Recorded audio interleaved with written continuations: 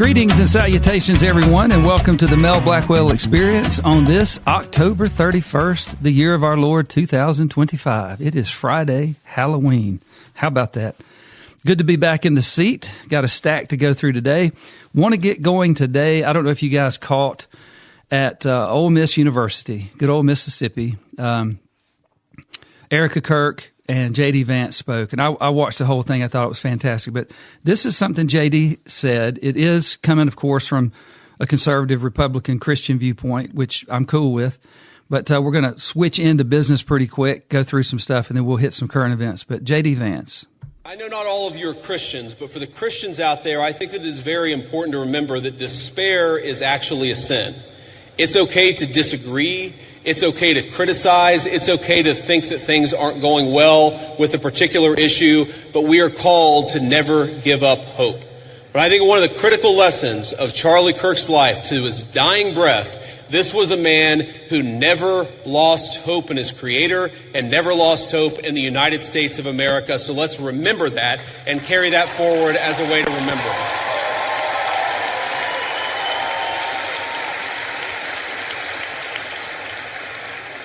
And the second thing that I want to say is, in line with despair being a sin, look, I imagine that I can tell most of you apparently agree with a lot of what I said. I'm sure that a lot of you disagree with some of the things that I've said. That's okay.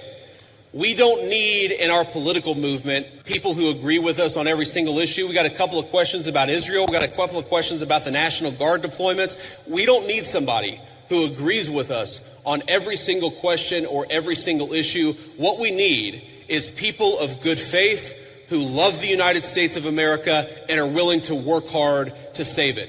So when you look at all the accomplishments, you look at the accomplishments of the last 9 months. We inherited the worst border crisis in the history of the United States of America. We shut down the border, and net immigration is 2.5 million lower today than it was in 9 months. That means the total number of people that have been sent out of this country is 2.5 million. We have 2.5 million fewer illegal immigrants than we had. That's a great accomplishment. We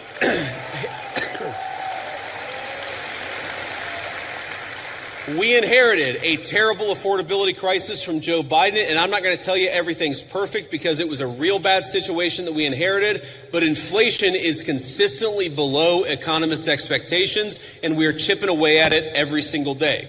We inherited an economy where we had the largest trade deficit in the history of the United States of America. In 9 months, Donald Trump's tariff policies have cut the American trade deficit by over half. That means we're making more of our own stuff, and we're actually employing American workers to do it. And all that is to say that very often Charlie Kirk would call me and he would say, not attaboy, but he would say, do more, do more, do more. And I listened to Charlie because he was a dear friend and because I knew that he loved this country. My point is, the best way in your life to honor Charlie Kirk's legacy, it's not to despair, but to hope in the future of this country. If you disagree with something, then get involved in the movement to save this country. If you think that we could be doing more, then pick up the phone and get involved in the effort to change our minds and change the future of the United States of America in the process. My friends, the rebels of Ole Miss, despair is a sin. Do not give in to despair. Let's keep fighting to save the United States of America. Thank you, and God bless you. Mm-hmm. I thought that was a great speech. Really, really good speech. The whole thing was good. Erica Kirk's speech was good. So what does that have to do with business? Let's look at that for a second. So looking at the word despair, I thought that was interesting. Looking back at, say, the original Hebrew, I won't try to speak Hebrew to you guys, but it basically meant to lose hope, to give up, to be despondent. Okay, it conveys a sense of kind of desisting, disengaging, desponding. It's the opposite of running into this situation to do something. It's just giving up, right? It's a hopelessness. And an example of that was like, that's in Job 6:26, Ecclesiastes 2:20. They're basically just giving up hope or falling into despair. So if you look at that from the Greek word, which I won't try to say because I don't speak good Greek, It means to be utterly at a loss, to despond, to be in despair, to despair completely. It implies a state of extreme perplexity, leading to hopelessness, beyond mere confusion. And it appears in the New Testament a good bit, but notably in 2 Corinthians 4:8, perplexed but not in despair. And then 2 Corinthians 1:8, where it describes being overwhelmed to the point of despondency. So how that impacts business, I think, is important. I've always said that the traits of a good leader, it basically you're a good shepherd. And as a shepherd, when the flock is threatened, well, you're threatened too. I mean, like a bear that will eat a sheep would love to chomp on a shepherd, be nice and juicy and crunchy. And so you're putting yourself in harm's way. And so what makes one leader jump out in front of the lion to protect the sheep, and what makes another leader start grabbing sheep and throwing them in to the lion? I mean, it's like, if you're getting chased by a bear, you don't have to be faster than the bear. You just have to be faster than the other guy that the bear's chasing. So, let's talk about that. There's an interesting analogy I have in business that's called, if you're not wrecking, you're not riding. And that comes from something that my brother told me a long time ago. He's 4 years older than me. And what that meant was I was usually running around with he and his friends, and they're all 4 years older. So they were kind enough to let me be around, but they would just outrun me. So it was totally normal for them to get out of sight on a bike ride or out of sight on what they're doing, and I'm just wandering through there. So it meant that I had to be bold. It meant that I had to try to keep up. But it also meant that a lot of times I just couldn't. They were just better at stuff than me, faster. And so one time after riding motorcycles on our aunt and uncle's farm in Fort Deposit, Alabama, we're going through the trees. So you're not going fast. I mean, you'll get a little speed and slow down. So it's speed up, hit the brakes. It's you have to know what you're doing or you'll have a wreck. And he would get so far up ahead of me, I couldn't see him. I couldn't even hear his motorcycle. And then, I'd finally catch up to where he was, and he'd be like, handlebars were bent. He's got bloody knuckles on his right hand. The motorcycle's got dirt all over it. He hasn't hurt the bike or anything, but it's obvious he's laid it down. He's had a wreck or so.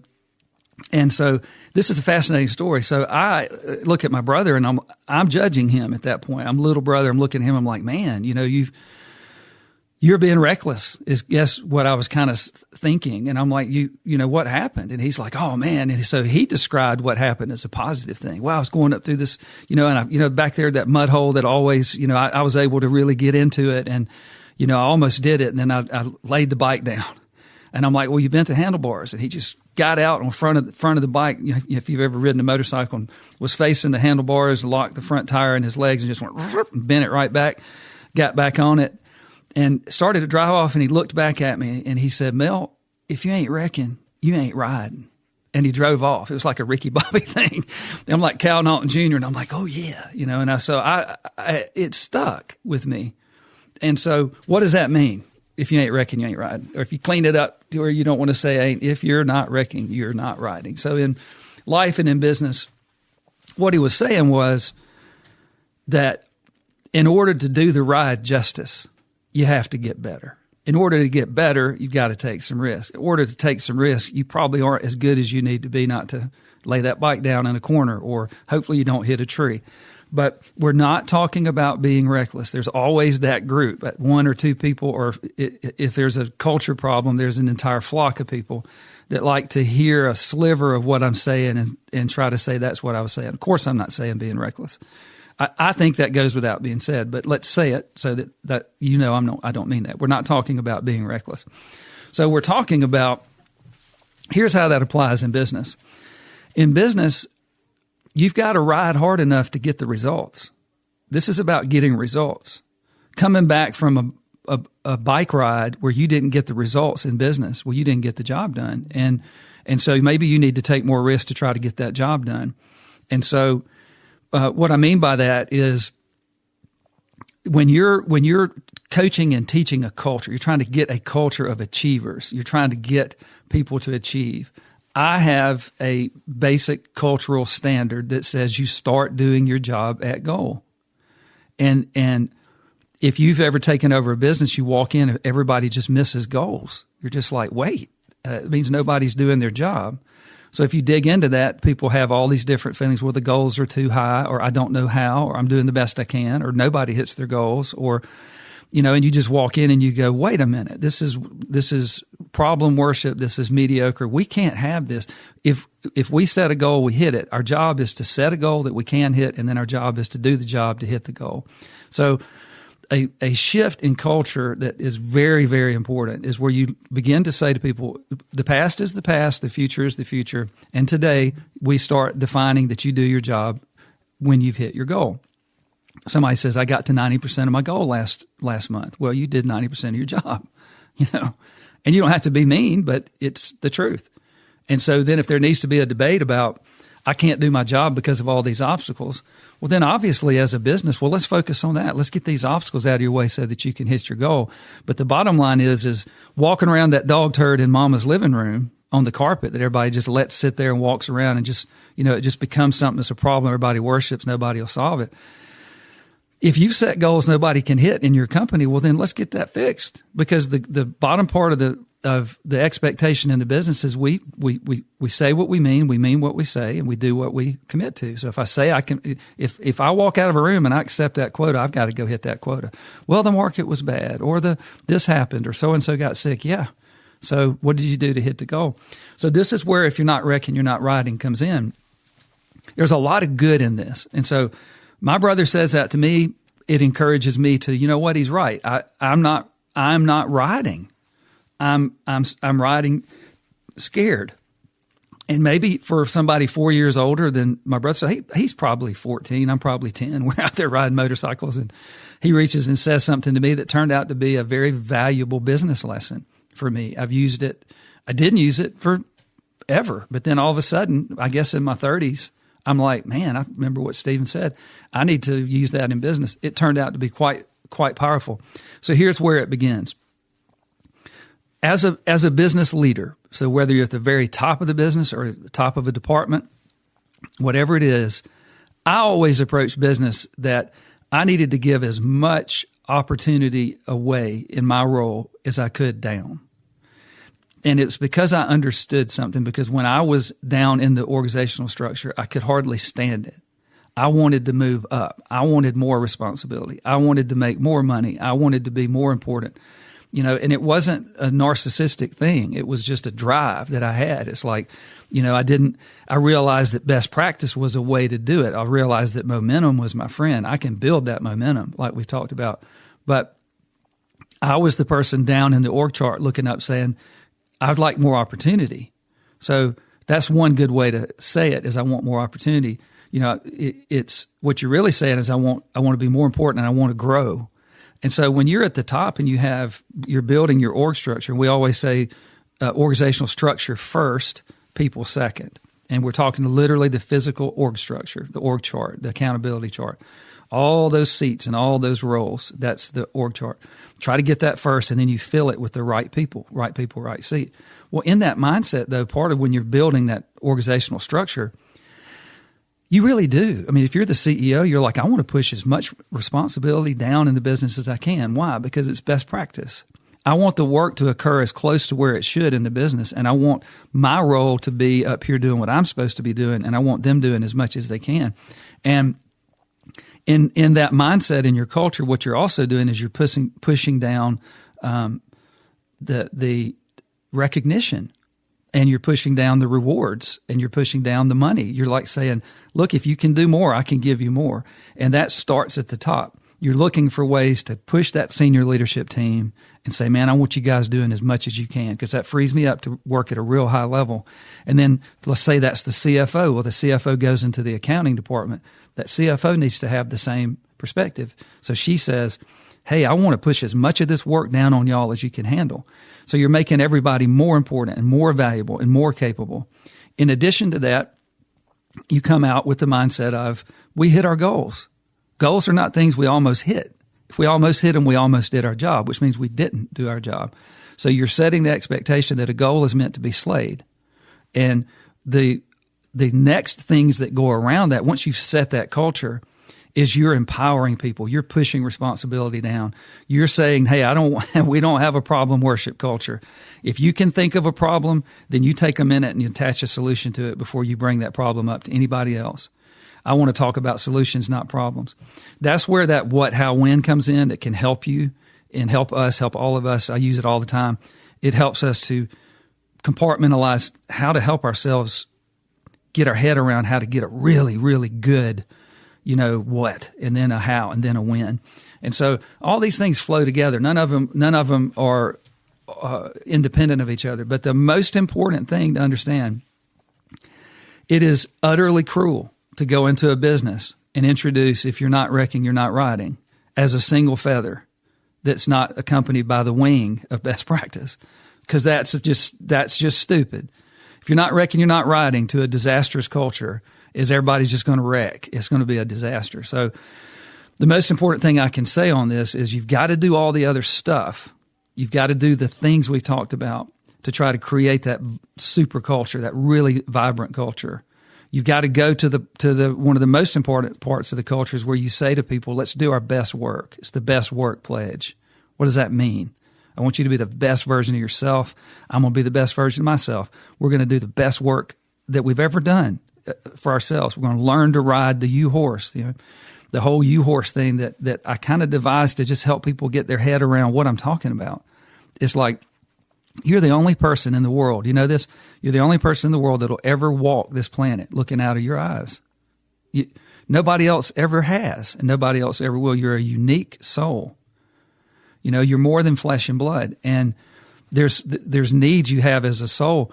And so working on yourself and realizing that I can go to work. A lot of folks learn best practice at work or in sports, right? Team activities where you have to not be so selfish. You have to try to sacrifice for the whole. You realize you're part of an assembly line. You're part of something that's not just you, and you realize synergy, that 5 people can beat 10 if they have best practice.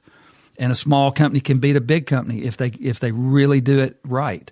And so all of these things go together. So to get back to the point, if you're not wrecking, you're not riding is something you add into a healthy culture, and you go ahead and let people know, because it's important that they know that they've got to do what it takes to get the results. And that might mean that where they are today, it's going to be a stretch goal, and they're going to stretch, and when they stretch, they make mistakes. And that's okay. So what you're really saying to people is, I'm going to put as much responsibility on you as I can. I'm going to teach you to ride better than you know how to ride now. That seat everybody sits in your company you could say it's a motorcycle. It'd be one way to look at this is everybody has a motorcycle. And, what's very valuable in business is when you run the right culture and people realize that you're very intentional about how you structure the business. You're very intentional about how you determine what everyone's role was. And it's not just, we'll just put Bob over there. It's like, no, we've thought through everything. We don't just put people in places. We don't expect cats to bark. We don't put people in a role that they can't do. Is that their fault or ours? We're very intentional about all that. We take care of things. These things and it's because why? It's because we care about people. And you remove obstacles and you remove king cobras and scorpions from the business because you don't want the people to have to deal with them. You get to go back up to the big hill and hang out in the tent like the general in the movies. Everybody's out there sleeping on the ground in the rain, and he's in there sipping brandy and got a big warm fire, and he's got people brought him furniture. It's like, wow. And so when you leave those people out there with the scorpions and the snakes, it's not fair. Get them out of there. And so all of this is shepherding, and you have this very intentional approach to saying to people, we're picking you. We thought of this role before we thought of you. Then we thought of you because you fit this role perfectly. And that person has a sense of, I don't want to use the word pride because it's been so, mistreated, but they have a sense of accomplishment, appreciation, of acknowledgement. You acknowledge me. They believe they can do the role. They fit the role. And, like we talked about in the past, when you're actually interviewing people and you're in that discussion with, do you fit our culture? That's where those feelings from last week we talked about, feel, hear, and see. So you've had these conversations with people. And a lot of times folks are like, well, Mel, you act like I'm starting from scratch. Well, no, but when you're changing your culture when you're going to have a renaissance back to best practice in your culture, it is kind of starting over. You have to go back to square one on, well, if I look at my culture, let's don't look at it with rose-colored glasses. Let's be willing to do what needs to be done. If I look at the people, let's do what needs to be done. I look at the processes. I look at everything. It's like, let's get this fixed, you know? And when people understand, look, I'm doing this because I believe we have a best practice way of doing it, and we don't miss goals. If we have goals, we hit goals. You start doing your job at goal. When you've put all that culture together, and they know they wear a sign on their chest that says, make me feel special, and they feel good about that because they fit. They know they fit. They go home, they're trying to be their best self, and they come to work and they care about each other, and things start working well, and you're resolving issues, and then you look over at somebody and you go, okay, now let me explain the next one to you. If you ain't wrecking, you ain't riding, dude. What do you mean? I want you to hammer down a little bit. I want you to use the gas and use the brakes and use the steering wheel and lean how you're supposed to. And if you lay it down, well, try not to kill anybody or anything, and don't be reckless. What they're hearing from you is you do what it takes to get the job done. Don't come back and go, well, it was rainy and it was scary, so I was afraid to do what it took to get the job done. No, bring me back some bent handlebars and some bloody knuckles and get that job done. So that is really a powerful thing, I think. And, I hope that that's helpful. And I do have another, business best practice I want to share with you. All right. So this one goes to the kinds of people that you have in a critical decision-making situation. So one of the most important things you can do in business is probably have emergency decision-making capabilities. And what I mean by that is I believe we build a business around the standard X's and O's, the 80% of the business that's standard.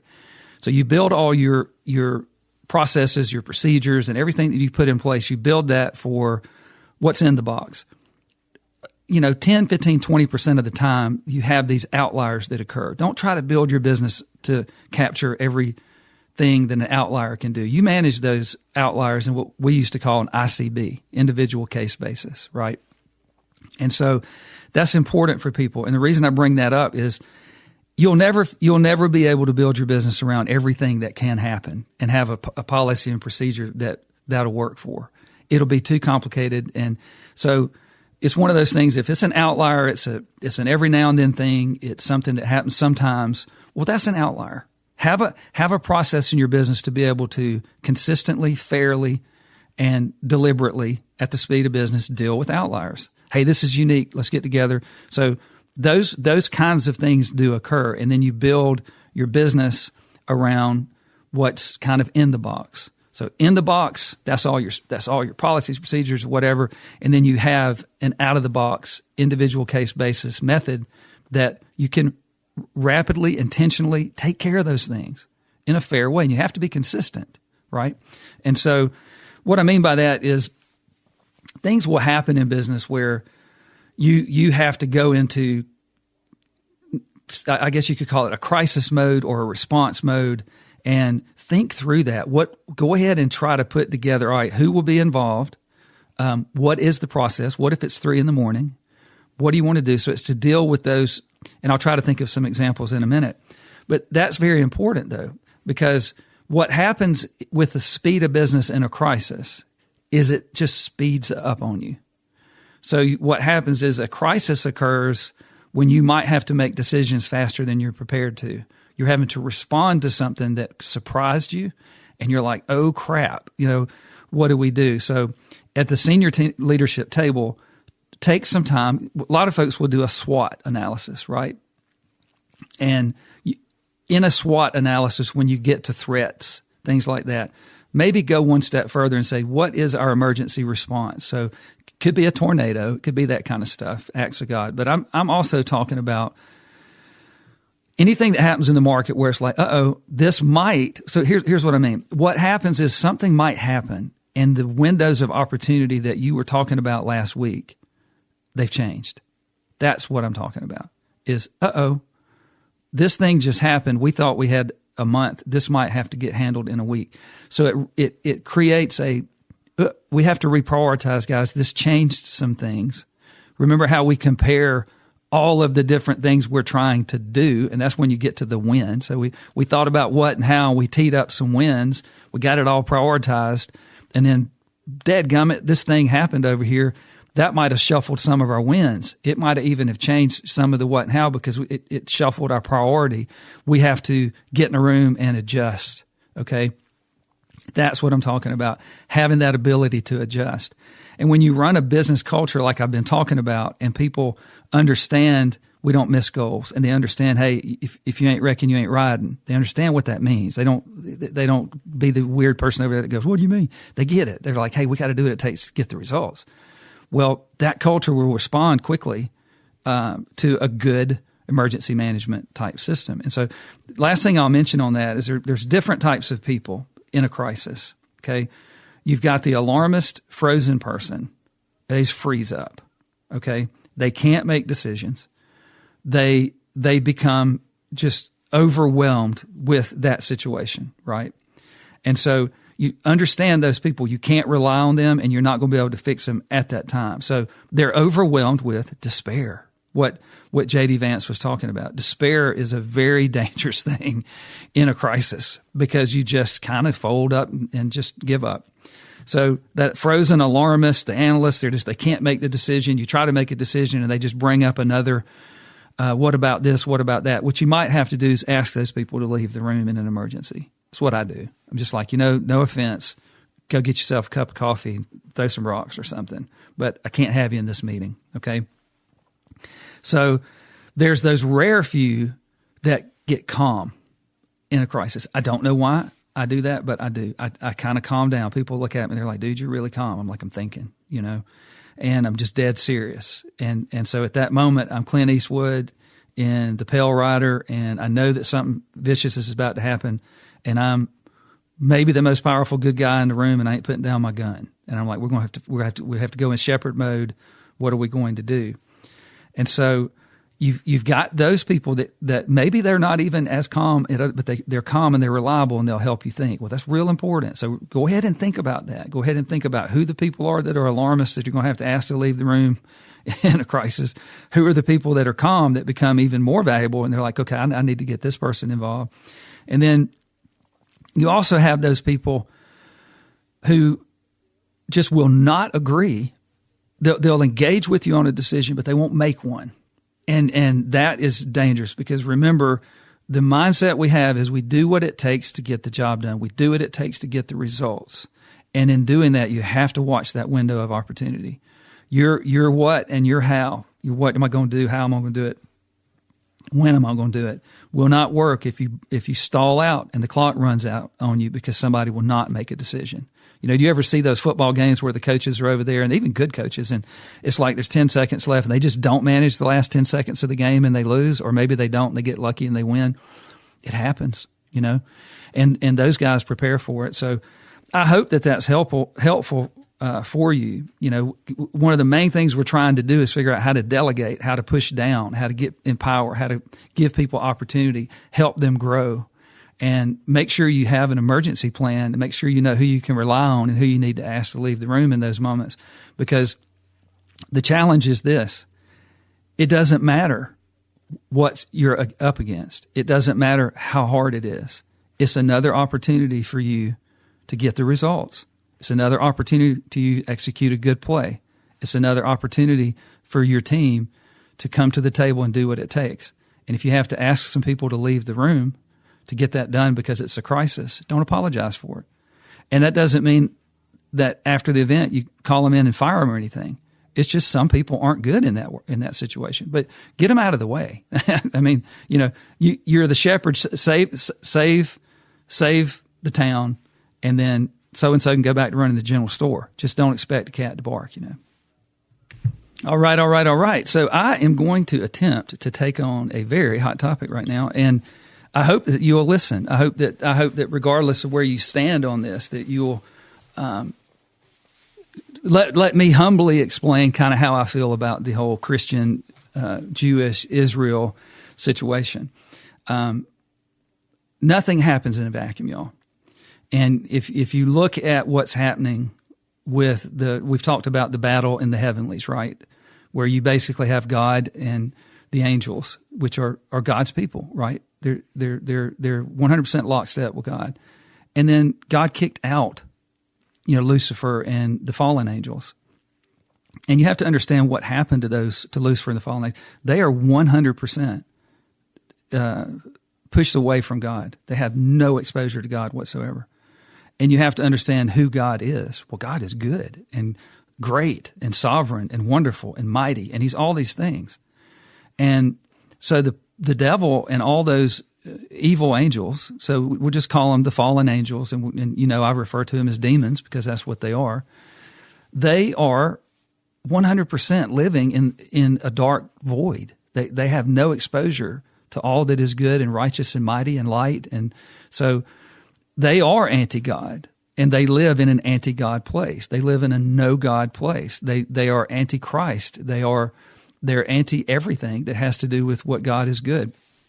And so I think you have to start there to understand what's going on today. And when you look at it, I don't think it's that complicated, but it's getting complicated because you got a lot of powerful voices that are flapping their lips. And I don't think a lot of them know what they're talking about, but they have a right to say it. It's just, I don't even know if they realize how much damage they can do because how big their platform is. I mean, I have a tiny little platform, so if I screw something up, I don't really feel that bad. But if I had millions and millions of people listening to me, I'd probably sweat a little bit more. I'd be like, man, I hope I'm right. These guys are just going out kind of recklessly saying stuff that is I don't think it's right. I think it's biblically wrong. And so I want to start with this. Is very interesting. Do you ever just sit for a minute when you are in nature? Maybe you're at the lake or you're walking through the woods. Maybe you're deer hunting, dove hunting. Maybe somebody's doing yoga or they're in their quiet time reading the Bible. Do you ever just kind of feel sad for the heart of God? To just sit and say, wow, wonder what it's like to be God, to be so perfect and to be so mighty and so wonderful and have all, and for him to have to see all these horrible things that are going on down here to people. And, to the elect and the non-elect, you know what I'm saying? It's just, God has to sit there and see the impact of, as a parent, you realize that the last thing you want to do is see your kid make a bad decision and have to pay for it. And so do you ever just feel sad for the heart of God? Just to go, man, God, you don't deserve this, right? And so we talked last week about Job and God's sovereignty. And I think that's a really important place to start in this conversation about what is Israel? How does God feel about Israel? What are Jewish people? How does God feel about Jews? What are Christians? How does God feel about Christians? And is there a clash there in God's mind? Does God share Tucker Carlson or somebody else's views on Israel? Does he? Because to me, that's the question to be asking. Where's God's heart on this thing? Not man. This gets confusing down here for us. We get into the feel, hear, see. We have all these feelings and we hear Tucker say these different things, but can we really see? Do we really see from God's viewpoint what's going on? What's God's perspective of Israel? Okay. So Israel is both a race and a place. It's important for people to understand. God set aside Israel as his, capital H-I-S. It is God's. And so that's the first thing to understand, regardless of how you feel about Israel or Jews. Okay, as far as the government of Israel or the fact that Jews occupied Israel, that God gave Israel to the Jews in the Old Testament, right? It's God's turf. He stakes out one piece of land on this planet, and he goes, Israel is mine. And is there any doubt in that when you watch remember we talked about these forces. When you talk about anti-God forces, you talk about anti-Christ forces. Well, it's obvious who that is. I mean, it is that Muslim Islamist religion that has camped out and is fighting over Israel. The God and Lucifer have staked out and said, no, Israel's mine. And so God is God. He's sovereign God. And he says, that'll be my turf right there. And I'm going to give it to my people. And he starts with Abraham and Isaac and goes down and he gives it to that lineage of Abraham. Well, the Islamists say, no. It's our father's Abraham, and the lineage to Israel comes down through Ishmael. And so for anyone that thinks that is over, that there's some Old Testament and God is done with the Jews and Israel is whatever. It's like, can you not see? Can you not see that, what was it, 500-ish AD that Muhammad comes in? And I'll play a clip on you from Mark Driscoll I thought was fascinating.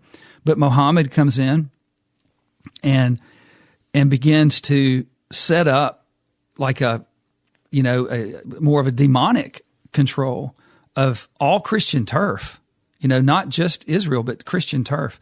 And so you've got this heavenly battle over Israel. It still matters. Okay. It's God's, and the devil is a counterfeit. So he's trying to say, no, it's mine. So the devil has his religion that's fighting over it, and God has his. Well, who's God's religion in Israel? Do you really believe the Abrahamic covenant is over? Because I don't believe that's biblical. I mean, two things can be true at once. And so we'll talk more about that. But if the devil has a religion, an anti-God, Luciferian, antichrist religion, would you want to know the name of it if he has one? Because it's obvious it's Islam. And they're the only religion that literally forces you will be Islamic or we'll just cut off your head. Off with their head, And so you're talking about kings. I mean, that's a big one. And so you've got this invasion. You got these strange bedfellows we've talked about where you've got elitists, people with big microphones, people with big money that are in charge of the Western governments, like especially in Europe, that are aligning with flooding the zone, just destroying the sovereignty of Western countries, just flooding it with too many people. If they were all astro scientists, physicists, you know what I mean? Rocket scientists. It's too many people. It just makes no sense. It's going to break the back of that civilization. But when you bring in a bunch of poor, do nothing, don't share our values, illegal immigrants, it's going to, and all of those people are subject to become Islamic if they're not already Islamic. That is a very strange bedfellow. You have the World Economic Forum, the WHO, all the elites in the Western media, the Der Starmers and those guys that are just turning their back on. They're literally letting the wolves in the country and eat the sheep, and they're saying, "Don't be speak ill of the wolf. Don't be a wolfophobic." It'd be like, well, the freaking wolves are eating us, and so all of this is really interesting to watch, and it's not a good time for Christians to attack Jews. It makes no sense biblically, none, and so. I believe that you start with the heart of God and the mind of God, and you say, God doesn't want Jews and Christians at each other's throats. So I'll give you my opinion on the Jew situation. Jews are also fascinating because they were absolutely, Israel's the apple of God's eye, and God gave Israel to the Jews, 100%. And he would deliver them into the promised land, with Moses, then Aaron. But then he would punish them and go, all right, well, you guys, wicked generation, we'll just let you walk around and go, this generation die off after 40 years. And then he would get another good leader. So God will deal with Israel. He's sovereign. He has made that clear. That's his land. America has no business trying to make Israel America's land. I agree with that. So that's where, as an American, it's like, look, Israel is God's land. He's given it to the Jewish people. And so you have two types of Jewish people, but you have two types of Christians. You have two type, not really Christians, you have two type of white people, green people, yellow people. There's two different types. It's real simple. Here's how you divide humanity. If I share Jesus with you, do you accept him or reject him? Okay, that's the new, that's it. And so it doesn't matter. So somebody says, well, should you share Christianity with Indians or, Chinese people? Of course. And if you'll look at should you share it with Jewish people? Yeah, absolutely. But Jews are different. They have a covenant with God. And the thing about the Jewish faithful, the two types of Jewish people are those that are they're just worldly, and they don't worship God. They just happen to be of the race Jewish. Okay, they don't make any attempt to worship God. They're godless Jews. Okay, let's say that. And there's godless of all striped people. You have to understand that a godless Jew is no different than a godless Irishman or a godless, American. It's just a person that rejects God. And in the Jewish world, Jesus hasn't come yet. So where Jews and Christians align is in Israel. Because in the latter days, if you read the Bible and understand, and I won't go into all that, but if you read it, don't take my word for it. Go read it yourself, study, and ask God to help you see. In the final days, we're close. We're in the age of the Gentiles. When Jesus died and ascended and the Holy Spirit came down to be here with us, and those disciples went out and they tried to teach Christianity to Jewish people, look at Paul. He was all over the place. So if you read Hebrews, well, that was a Jewish group of people. They were Hebrews that were trying to get their head around, okay, wait, but so we're saved now by Jesus. And then you go to all these other people, they were just Gentiles. They weren't Jews. So don't mistake that when God has a plan to save the whole world, that he turned his back on Jews. It makes no sense. It doesn't. It just does. It's not biblical. That the Jewish people were part of a great victory that God and Jesus and the Holy Spirit planned before the invention of time to save humanity and to do away with this rat bastard Lucifer and his ilk for good. They had a problem. This Lucifer group is a problem. Lucifer went sideways in heaven with God over God's sovereignty. And he looked at God and said, I agree with this, and I don't see why we have to do it your way, and who are you? And God said, get out of here.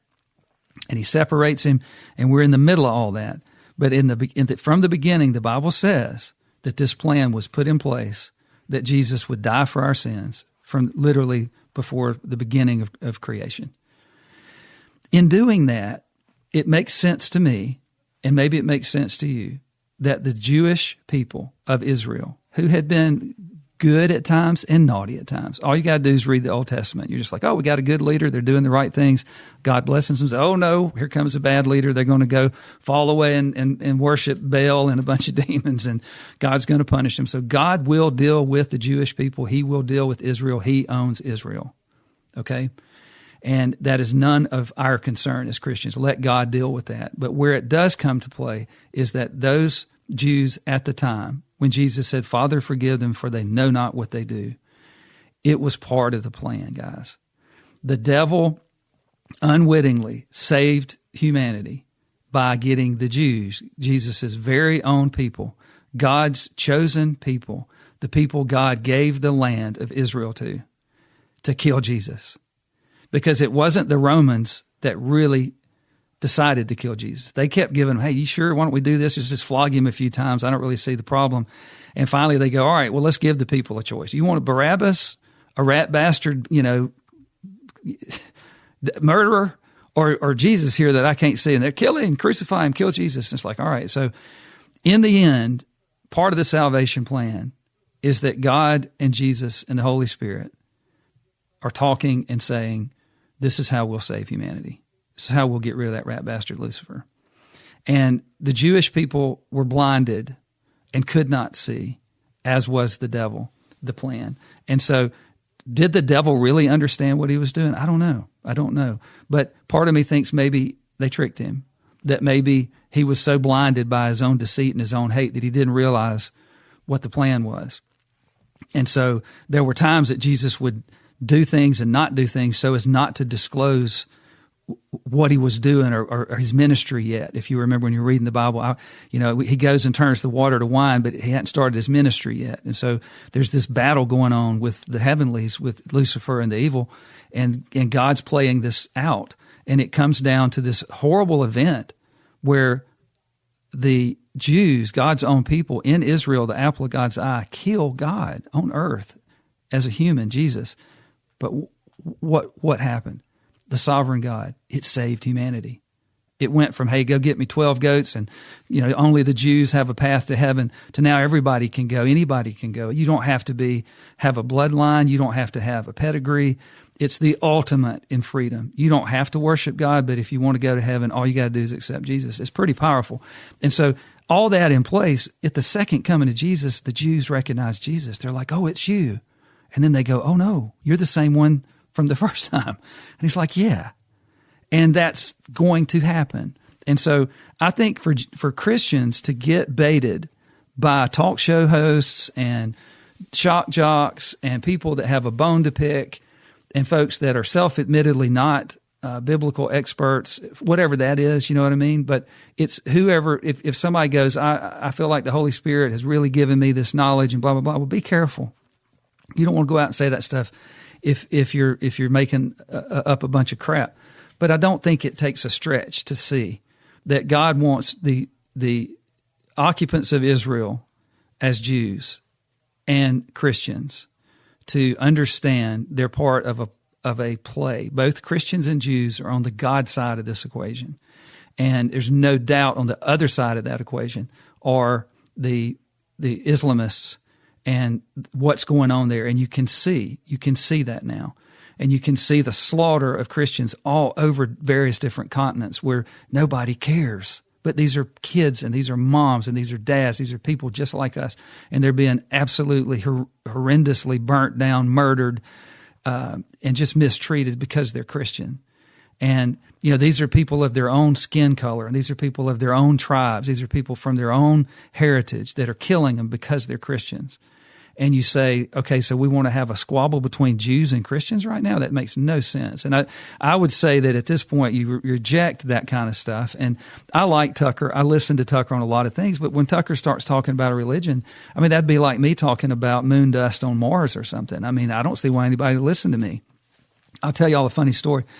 Granddaddy Blackwell was a neat guy, and he liked to smoke his cigarettes. And so he would sit in the front of a big, he always had he either had a Scout, an International Scout, and then Grandmama drove big cars, like a big old Oldsmobile. But I remember one of them in particular, he had a yellow Mark V. And we'd be driving through some town or whatever. Back then you stopped and asked for directions. You didn't, you might look at a map, but he'd pull up to a gas station. He'd roll down the window and he'd be like, hey, do you know how to get to so-and-so? If that person started their sentence with, I don't know, he'd say, thank you. And he'd roll up the window and drive off. And we would just be like, for us, we were like, well, it was rude. And Granddaddy would say, he said he didn't know. And that became funnier and funnier to me the older I got, because I'm like, he took him at his word.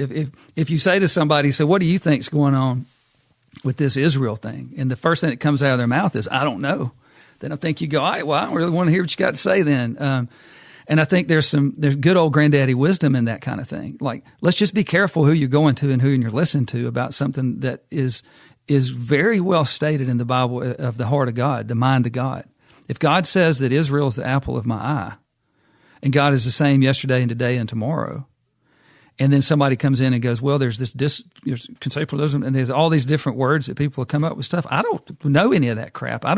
That's not why I believe what I believe. I believe that, having read the Bible since I was in college, that this was something that I could see. I don't always understand it. I don't know what God's up to, but I don't want to question God's sovereignty. I mean, I can just go, all right, God, that one's on you. Why in the world would I get involved with what God's doing in Israel? I mean, what in the world would a Christian? What we do know is that the Israeli government over time, the Jewish government, just like all other governments, gets secular, does stupid stuff, and God deals with it. It's the warning. If you think it's just Israel that does stupid stuff, I mean, look at America. Look at every country. You really do want a godly country. That's why I started this segment today with Charlie Kirk. Not Charlie, but J.D. Vance, talking about Charlie Kirk and talking about, what it is to try to go forward and make a difference and engage in conversation and try to do what's best for our country. And so being America first is not mutually exclusive to also supporting whatever God's plan is in Israel. I think that's the way to think of it, is I'm an American first, and when it comes to governments on this earth, the one that's mentioned in the Bible that God draws a circle around and says, that will be mine right there, is Israel. So whatever God's doing in Israel, I want to be close to God and I want to support. I want to bless what God's doing in Israel. I want to bless the nation of Israel as much as I can towards whatever God's doing there. If Israel's being naughty and doing things they shouldn't do, what do you call what America's done over the last couple of hundred years at times? People do stupid things. I've always said that companies are screwed up because they're made up of people, and people are screwed up. And so you could say the same thing for a government. Well, governments are screwed up because they're made up of people, and people are screwed up. So you've got these corrupt factions that always go on. You've got the good versus evil that always goes on. If there's a country in the world that can do some good, the devil's going to be at work. He's going to be at work. He's going to be trying to get his rats and his snakes in there to throw it off course.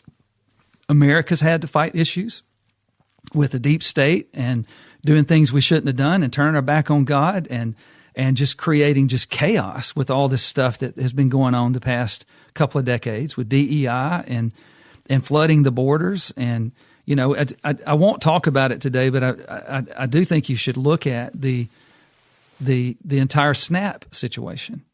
So you have 40 plus million people on food stamps, and they've made food stamps so easy. It's an EBT card, and they just, you know, they just load it electronically now. You just, I just got paid, and you can buy all kind of things with EBT. And you look at, well, who benefits from EBT? Well, Coca-Cola, Walmart. I mean, that's what I'm talking about when I say that America and or, you know, an Israel or a Europe, we're riddled with sinful people that deceive others and do things they shouldn't do. We just are. And what you try to do is you try to fight for God and for good and try to make sure that you can get the steering wheel of the country back so you can do right. And that's why I like Trump. He's a doer. There's times I look at Trump and I'm like, he doesn't understand. He can't see some of the things that maybe I might be able to see, but my goodness, is he capable? And he's to me, he's on the right path. And God bless him. And thank you, God, for Trump. And so anyway, I hope that that's helpful. I'll play this to you just to talk a little bit about Islam because I think it's important. But let's listen to this. The nation of Israel on the left is being invaded and at war from all sides. Today, still being invaded and at war from all sides. Question, in the days of Gideon, what was the pagan demonic symbol of their demon god that they worshiped when they went to war? What was the symbol? The crescent. 3,000 years later, all the nations surrounding Israel, invading and attacking, their religious symbol and icon that is chosen to represent their demon god is what? It's a crescent. So from Gideon to Muhammad, the founding of Islam was about 1,500 years. And Islam started with Muhammad roughly 1,500 years ago in Saudi Arabia. And the symbol of global Islam and jihad is this. It's the crescent. That's a 3,000-year-old symbol. It predates by 1,500 years the founding of the religion of Islam by Muhammad. And the jihad that is committed by those who serve the God of the crescent, it is to eradicate the Jewish people as well as Christians and to take the entire land of Israel. 3,000 years later, the same thing that happened in the days of Gideon is happening in our day. Now, this is where it gets really wild. Do you know why they chose a crescent? A crescent is a moon, and so a crescent moon helps you to walk in darkness. See, our faith is about walking in the light. What God creates, Satan counterfeits. And so, from the days of Gideon to Islam to today, in that region, there was a powerful demonic deity with regional territorial authority who was a god of war attacking the nation of Israel and the Jewish people, and was represented by choice by a crescent, indicating this demon god of ours, this counterfeit god of ours, he helps us to walk in the darkness. I say this all the time. When you see the same things happening in different places or in different generations and the people are not the same. The question is, well, what is the cause? Well, people come and go, but demons do not. They do not die. And so I always like to talk about new days, old demons. There have been wars among religious people groups in this region for 3,000 years, and the one side is depicted and noted by the crescent. Wow. Very interesting, huh? All right, so hold with me on this for a minute. Let's make a quick point. It is important to understand that the battle that's going on over there, how should you feel about Israel? Really? So remember, we're going to go back to the mind of God. Try to have compassion for God for a minute and just go, wow, God, you're so mighty and you do all these wonderful things. And man, for the heart of God, for what you've had to kind of endure.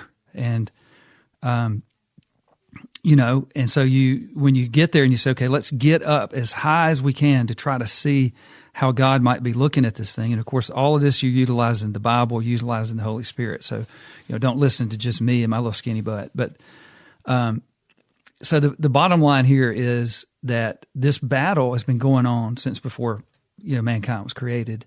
We're in the middle of it. And the way God feels about Israel, he's made it very clear. And so the proof of that is look at the battles. If God didn't care about Israel and Israel wasn't a thing, there wouldn't be a giant battle going on over there. And so nothing's changed there. I think Mark Driscoll makes some really good points. It's new days, old demons. And so fascinating that 3,000 years ago with Gideon, who he basically murdered a couple people that had mistreated him and his family and killed relatives, steals their little demonic necklace, their little idol that they had. And so that is something that crescent moon, the representative of walk in darkness, it made a hard stand about 1,500 years ago with Muhammad, and then it's making an even harder stand now because you've got the capabilities. It's spread out. They're really making a push for Western society, and you have to be careful with that. So the main thing I want you to understand is we're not just talking about a race of people or, that these people are Arab or that those people are Jews. We're talking about God versus Lucifer and who is on God's side and who is on Lucifer's side. And I think it's dangerous, silly, ignorant, and it's the guy that when you roll down the window and says, I don't know, you just roll the window up, quit listening to them on the subject of Israel and where God is with Israel. And I do believe it's my charge, and Gwen and I believe, and we have believed for a long time, decades, that the alliance between Christians and Jews is godly. And when I say Christians and Jews, I mean God-fearing, practicing, Holy Spirit, eyes open Christians, and those Jews that are loyal and still worshiping Jehovah God. And we leave it up to God to kind of fulfill his promises and his covenants with Israel. And we support Christians United for Israel. I get irritated when I get thrown in a bucket of you're just an Israel lover or whatever, and you're not loyal to America. I'm like, so what if I was, right? It's like I'm a free person. I can do what I want, but I'm not. I mean, I'm hardcore America first, but there's no mutual exclusion to honoring what my God says in the Bible about how he feels about Israel. I feel like, well, sovereignty of God, I'm going to go with God on this one. So let's listen to this. This is an interesting clip, and then we'll talk about it. From the Department of Agriculture, you can see their monthly food stamp spending was just $4.5 billion in December of 2019. By December 2022, thanks to a massive expansion by the Biden administration, food stamp spending was $11 billion per month. That's a lot of new artificially subsidized demand. And guess what? In that same period, grocery prices went up. By some estimates, food prices go up by 1% for every 12% increase in food stamp spending. In this case, we're looking at a percentage increase of nearly 150%. So you could do the math on that. It's more than a 10% increase in your grocery bill every single month. And what this means is that if you're a working American and you're not on food stamps, meaning you are a functional citizen who is taking care of yourself and your own family, you are a functional, contributing citizen, what that means is you are actually paying against your will for other people's groceries twice. You're paying when the government takes the money out of your paycheck, and then you're paying again every time you buy groceries for yourself. So who exactly is benefiting from food stamps, and how much of the spending is actually necessary? So put another way, how many people would starve to death out on the street if food stamps were abolished? We all know that number is much, much less than the total number of food stamp recipients in this country. Does anyone think that 45 million people would starve if they didn't have an EBT card? Tens of millions of people across the country just dropping dead from starvation. Does anyone think that? So what is the number of people who actually need? Like would starve without it? 1%? 0? 5%? I mean, what's the number? 10? All right. So listening to Matt Walsh here, that was Matt Walsh. And I like Matt. He gets controversy on things, and he's real sharp though. And so this is fascinating. So we are boiling frogs, my fellow Americans. It's not sustainable to have 25, 30, 35 million, people flood into the country over a 3 or 4 year period, even if they're incredibly productive. But if they're non-productive, okay, it's not even an if thing. So you have 40 million Americans on SNAP, okay? Now, they are not Americans. The sad part of this is a mass number of these people, if not the majority, are not American citizens, and they've come in the country. And so I've done research on this for multiple episodes. But in looking at this situation, the categories that we're talking about of dollars that are going to these programs, you have basically assistance programs, all right? They're going to non-citizens. They're going to some citizens. You have health care costs for Medicaid. And even if they say, well, they're not covered by Medicaid, well, eventually they will be if they go to the hospital because they're not going to pay the bill, and it'll be covered by Medicaid. You have housing. You have all of these asylum seekers, which is just a classification of an illegal immigrant to get them into the country and then get them some sort of an ID to vote. So I would ask you a question to consider. For the American government, the federal government, to know who you are and to remit you money, you would require you to have a Social Security number. That's your citizen identification number to the federal government to pay taxes or receive benefits. And so I'm assuming these illegal immigrants have come into the country and gotten some sort of federal recognition, a Social Security number of some kind or whatever, and they're receiving SNAP benefits, housing benefits, free health care. While they're doing that, the case that Matt Walsh is discussing is back to last week. How does that make you feel when you hear that? And then can you see? Do you get trapped by somebody that goes, oh, no, that's not the way it is, or do you just go, shut up, you don't know what you're talking about? It's like, see what's happening here. These non-citizens come into the country. They flood in. No, they weren't. They weren't flooding in. Yes, they were. They're not coming from all these countries. Yes, they were. We're not embedding them in the middle of every town in America. Yes, they did. In addition to that, they're not participants in the economy. They don't work. Some do, of course, but you have a very large number of these people. So what spiked the numbers? The numbers have gone sky high. And so I'll give you the numbers, okay? So with the food assistance and stuff. So the annual burden for those of us paying taxes. So these are tax-paying households versus subsidy receiving households, okay? So those households that are receiving these subsidies aren't paying for them. Those households who are paying their taxes and then having to go buy their food without SNAP, buy their health insurance without subsidies. The annual burden for taxes for the family that's the household that's paying taxes is between $15,000 and $21,000 per year for your household. In addition to that, between $2,000 to $4,000 more dollars to cover health care costs for illegals for the household, and then extra housing costs between $500 to $2,000 for the tax-paying household to pay for those receiving housing subsidies. Extra food costs, in addition to SNAP, $200 to $500. So the total burden for a tax-paying household is between $18,000 and $28,000 per year. and that's after-tax money for you. So what I'm proposing to you is based on the research that I've done. If you just get up above where you can see and ask the simple questions, you know what I mean? Not get deceived by all the lips flapping and the people that don't know what they're talking to, or they're just trying to confuse us.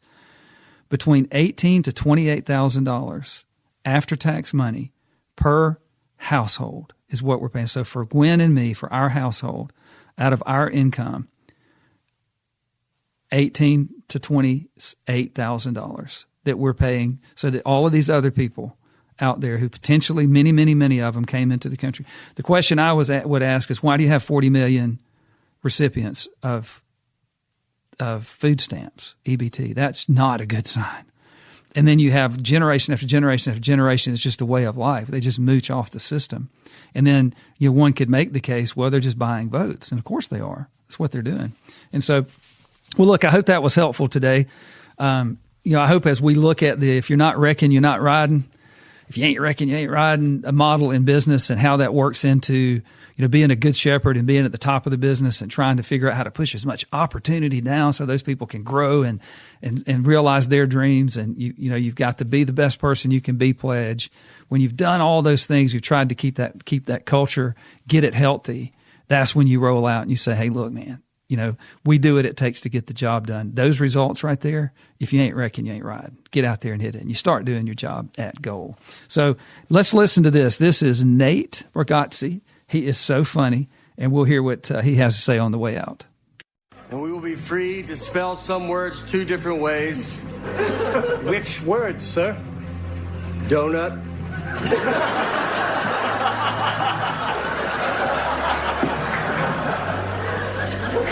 And the name Jeff. What are the 2 ways to spell Jeff, sir? It's the short way with a J and the stupid way with a G.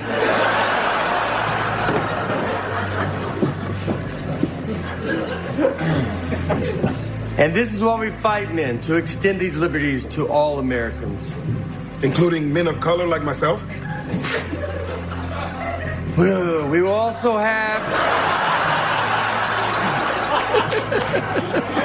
2 names for animals. One when they are alive, and a different one when they become food. So cows will be beef, pigs will be pork. And chickens, sir? That one stays.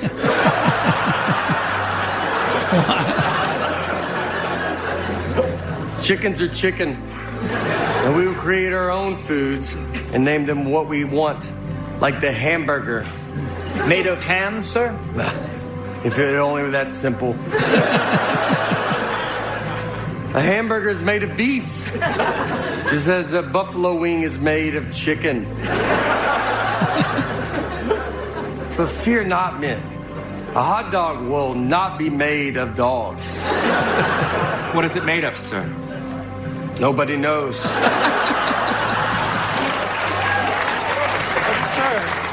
shouldn't we know what's in a hot dog? Get out. I'm sorry? Get out of the boat. Just go over the side? Yes, go. Go.